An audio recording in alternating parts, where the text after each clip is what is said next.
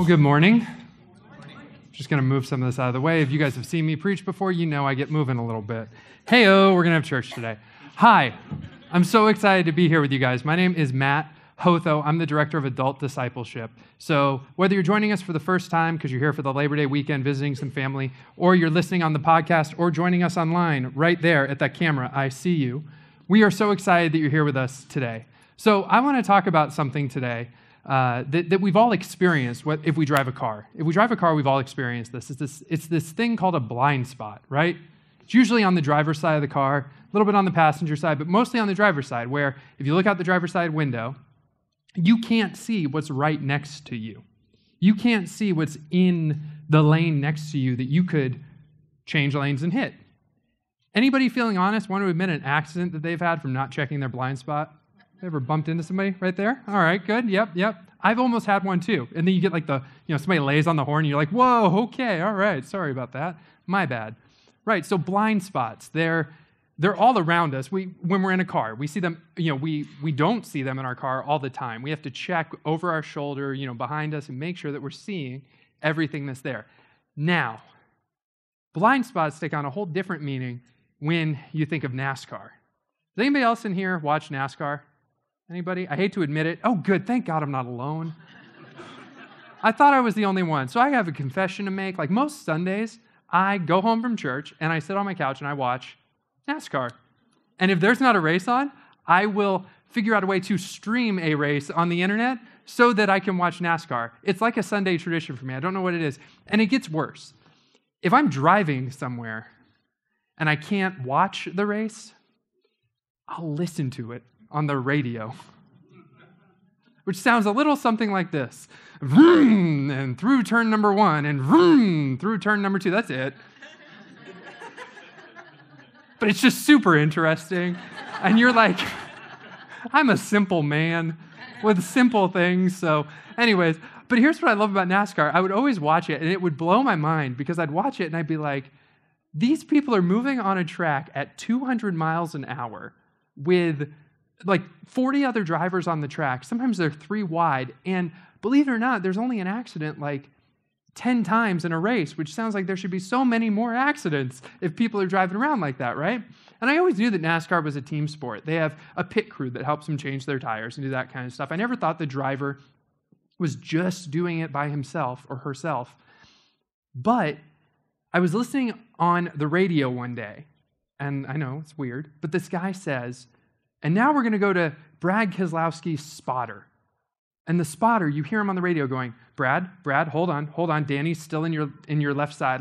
He's still there. Go. You're good. That's how these drivers do it.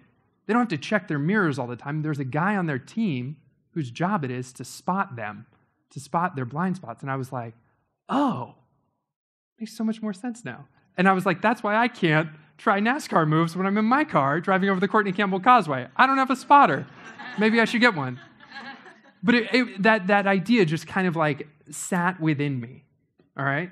But then there's this other experience I had that's also kind of sat within me since 8th grade, and I need to tell you about it. I was in 8th grade, and I was in a geometry class with Mrs. Branch, Mrs. Branch, and I had geometry at the end of the day, and I had some friends who had geometry at the start of the day, and one day we had a test.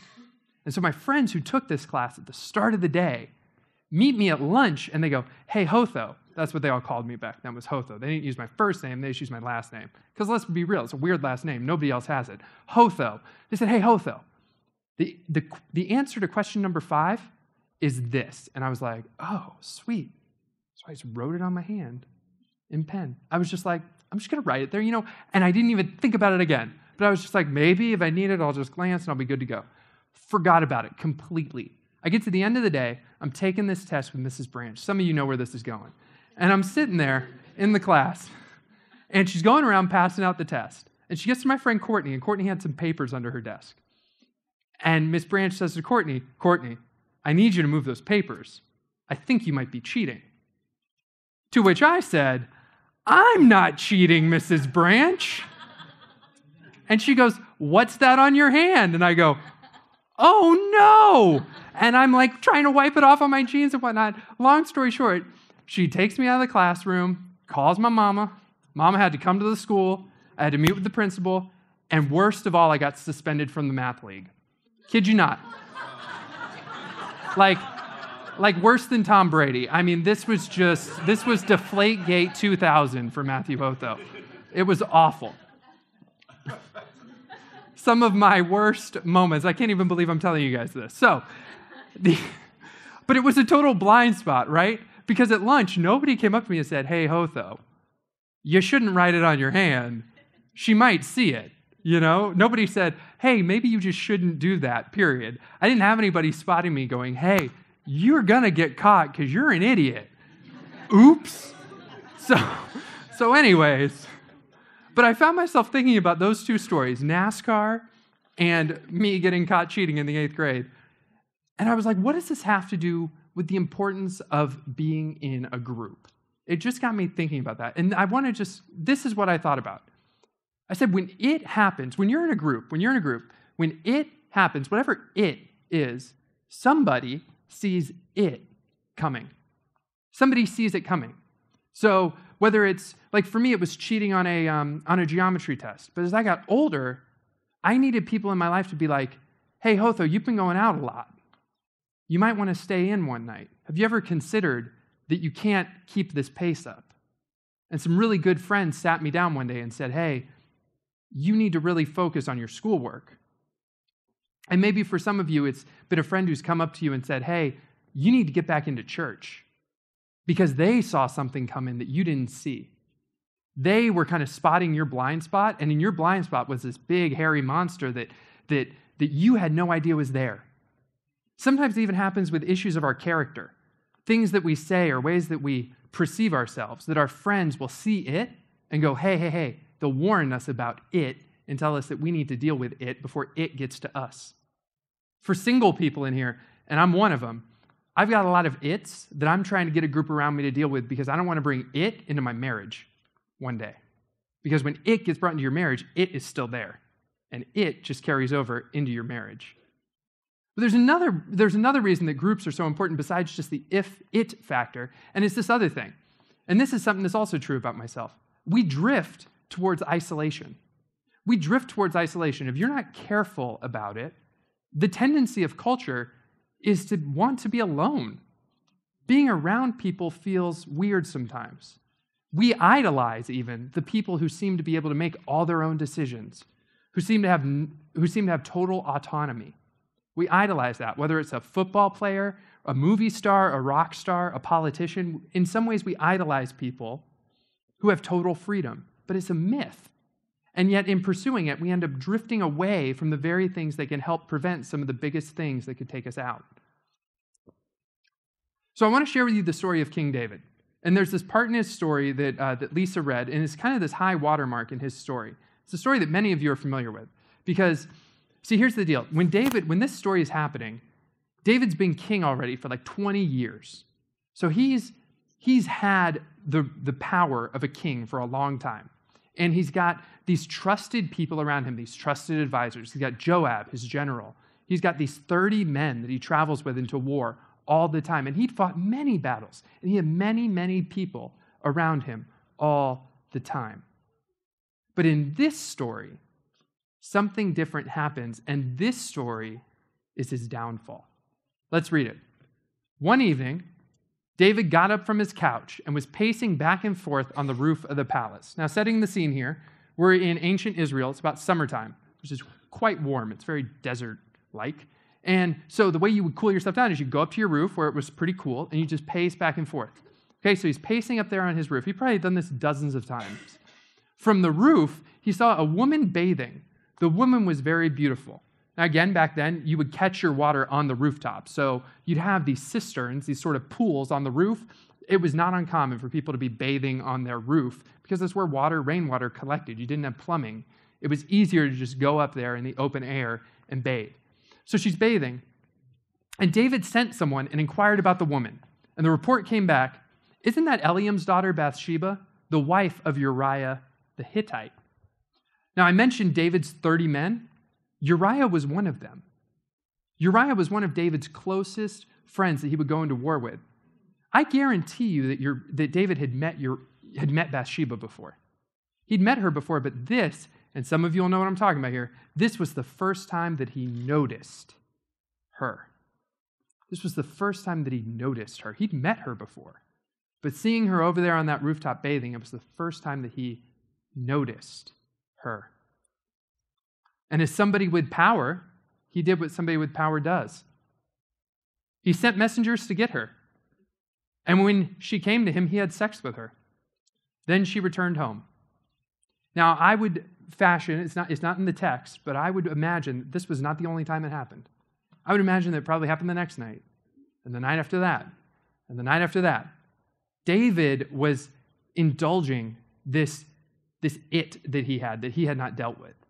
And he keeps indulging it. And then the woman conceived and sent word to David. I'm pregnant, she said. I just want to paint that picture for a second. She didn't come up to him and say, hey, I'm pregnant. She sent him a note. 2 words on it. I'm pregnant. And in that moment, it caught up to David. He had to come up with a plan. He had to come up with a plan because clearly there's evidence that he had been sleeping with this woman, and in 9 months that evidence would be there. And so he needed a way to cover up his tracks. So plan A. Plan A was pretty ingenious. So check out what David does here for plan A. He sent a message to Joab, his top general, and said, send me Uriah the Hittite. So Joab sent Uriah to David. When Uriah came to him, David asked about the welfare of Joab and how the battle was going. And then David said to Uriah, go down to your house and wash your feet. This is an Old Testament euphemism. It doesn't work in the New Testament, but it works in the Old Testament. When you hear wash your feet, you know what I mean. It's a you know what I mean, wink, wink, nudge, nudge kind of phrase. He's basically telling him, go sleep with your wife. Because if you go sleep with your wife, oh, look at that. Oh, she got pregnant. Oh, well, not mine. He's trying to cover it up here. See, he's trying to cover it up. But Uriah,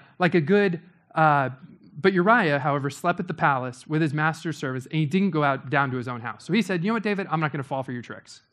I'm not going to do this. Because part of the thing is, when you're in war, you don't sleep with your wife. You hold yourself chaste for the Lord while you're battling, in the Old Testament, for the Lord's army.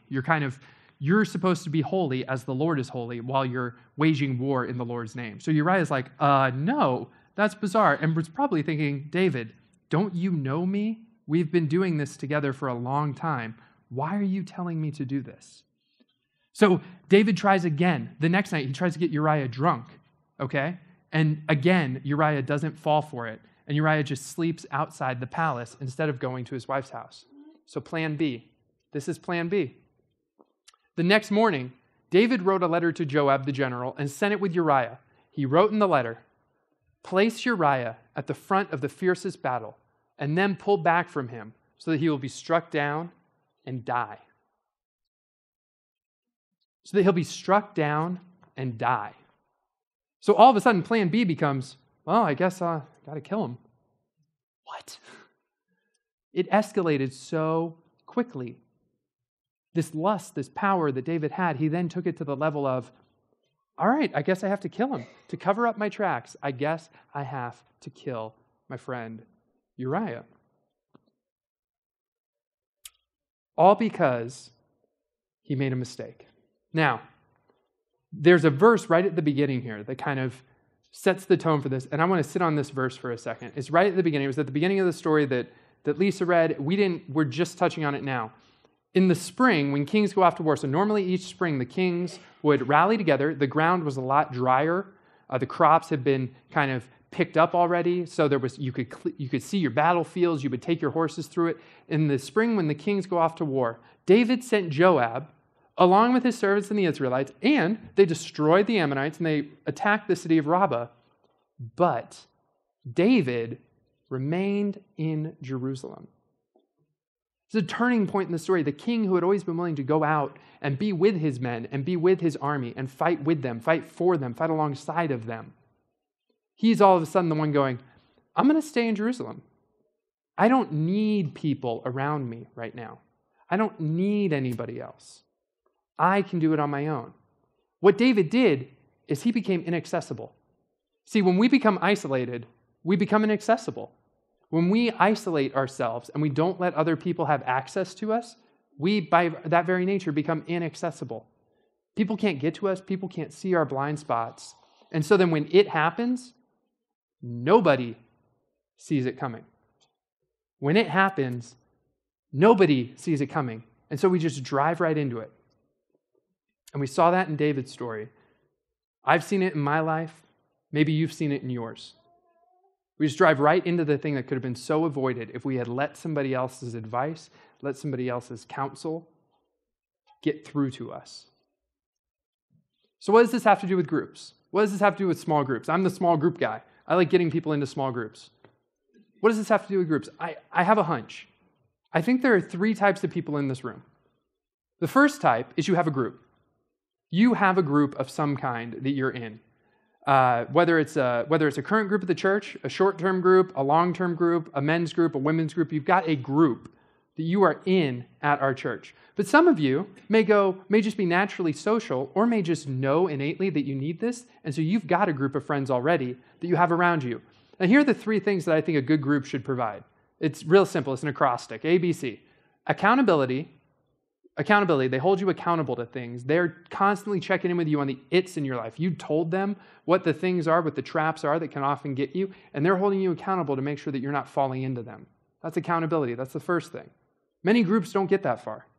But some groups just get that, but these other 2 are really important. The next one's belonging. The belonging part is, if you're missing, they're going to call you and check up to make sure that you're okay. You're going to get a phone call when you're missing each week. And they're going to be making sure that you're okay. They're going to be welcoming you back. You're going to belong to this. And the third thing is care.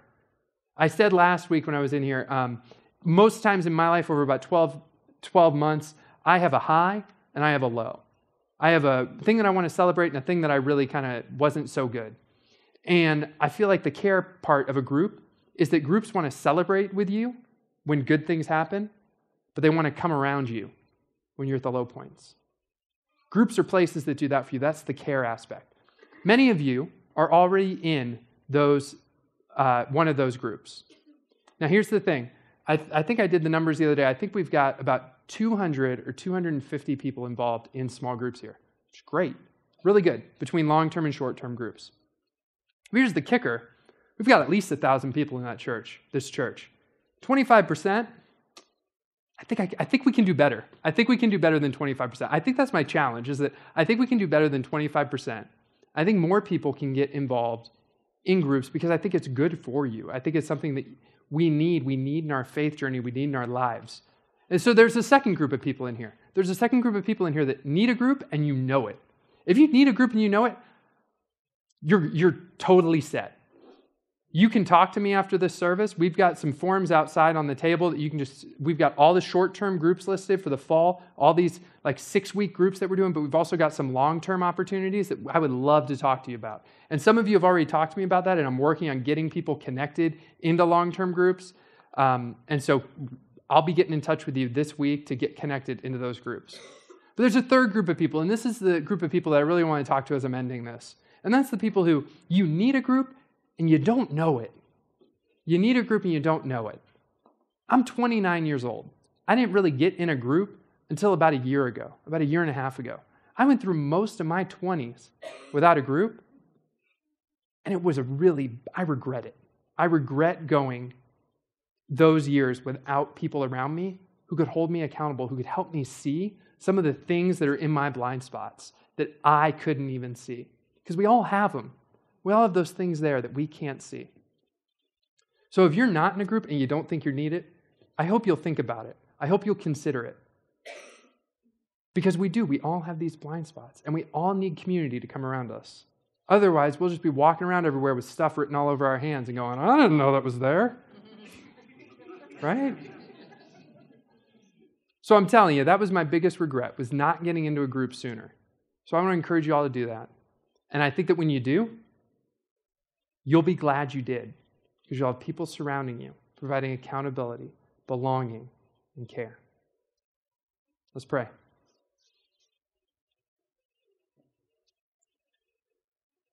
Dear God, thank you so much for preserving this story of David and Bathsheba. as difficult as it is to hear, as difficult as it is to talk about.